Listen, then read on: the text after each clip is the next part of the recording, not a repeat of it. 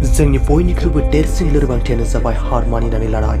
जाफुंसार जानायनि मोन्थोरानो जाबाय आरो खेबसे फिन नाजाबावनि। बे बाथ्राखौ सोर बुंदोंमोन मिन्थिगौ ना?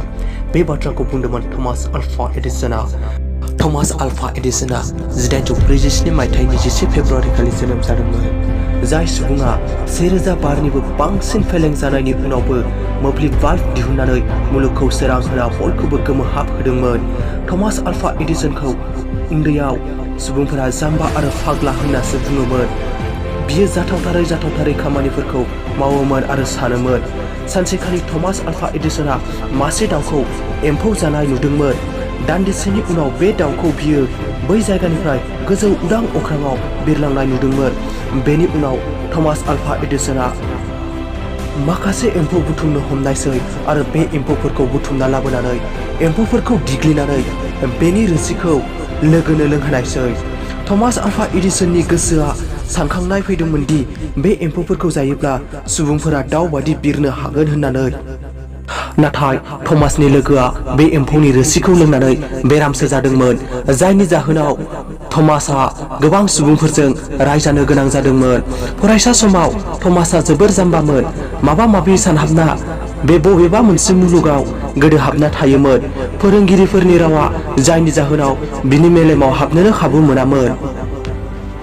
जायनि जाहोनाव बिखौ फोरोंगिरिफोरा फरायसालिनिफ्राय बहनना हरनो गोनां जादोंमोन। फरायसालिनि हाबलाङा थमासनि थाखाय अरायनि थाखाय बन्द जानानै थादोंमोन। बिनि उनाव थमासनि बिमाया बिखौ न'आवनो फोरोंनो लानायसै।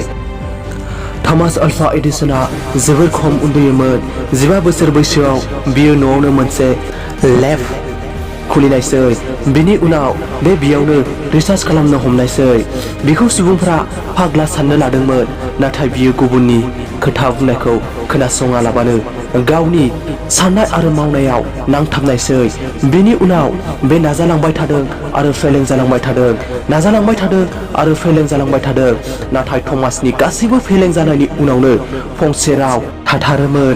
बे रावा बयनिबो फेलें जानायनि उनाव थाथारनांगौ, अब्लासो जों जाफुंसार जानो हागोन। बे रावा मा नों मिन्थिगौ ना? बे रावानो जाबाय आरो खेबसे नाजाबावनि, आरो खेबसे नाजाबावनि। बे फंसे रावजोंनो थमास आल्फा एडिसनआ रोजासे फेलें जानायनि उनावबो जाफुंसार जानो हादोंमोन। बे फंसे रावजोंनो बियो रोजासे फेलें जानायनि उनावबो मुलुगखौ गावनि दिहुननाय मोब्लिब बाल्बजों सोरां होनो हादोंमोन। रोजासे फेलें जानायनि उनावबो बियो बे रावजोंनो जाफुंसार जानो हादोंमोन। बे जाफुंसारनायनि उनाव थमासनि जिउआव जाफुंसारनायानो जाफुंसारनाय। बेनि उनाव थमास आल्फा एडिसनआ टेलिग्राफ, माइक्र'फन बायदि बायदि मुवा 1000निबो बारा सोरजिनानै मुलुगनि सुबुंफोरनि गेजेराव गालांदोंमोन। जायनि थाखाय थमास आल्फा एडिसनखौ जाय सुबुंफोरा गिबियाव फाग्ला होननानै गाबज्रिदोंमोन, बै सुबुंफ्रानो थमास आल्फा एडिसनखौ जिनियास होननानै गाबज्रिनो गोनां जादोंमोन। नाथाय थमास आल्फा एडिसनआ बियो गावनि जाफुंसारनायखौ लानानै एसेबो गोग्गानानै लायाखैमोन। 1931 मायथाइनि 10 अक्ट'बर मायथाइयाव जेब्ला थमास आल्फा एडिसनआ मुंख्लं जादोंमोन, बै सानखालि सारा आमेरिकायानो मोब्लिब बन्द खालामनानै खोमसियै थादोंमोन। भिडिअनि जोबथारनायाव बेखिनिखौनो बुंनांगोन दि भिडिअखौ नायनानै नोंथांमोननि गोसोआव थांखिसिम दावबायनो थाखाय थुलुंगा मोनदोंब्ला चेनेलखौ अननानै लाइक आरो साबस्क्राइब खालामनानै थां। आरो जुदि आंनि भिडिअआ नोंथांमोननि गोसोआव थुलुंगा जावरिखांहोनो हायाखैब्ला डिसलाइक मारिनानै थां। गोजोन्थों।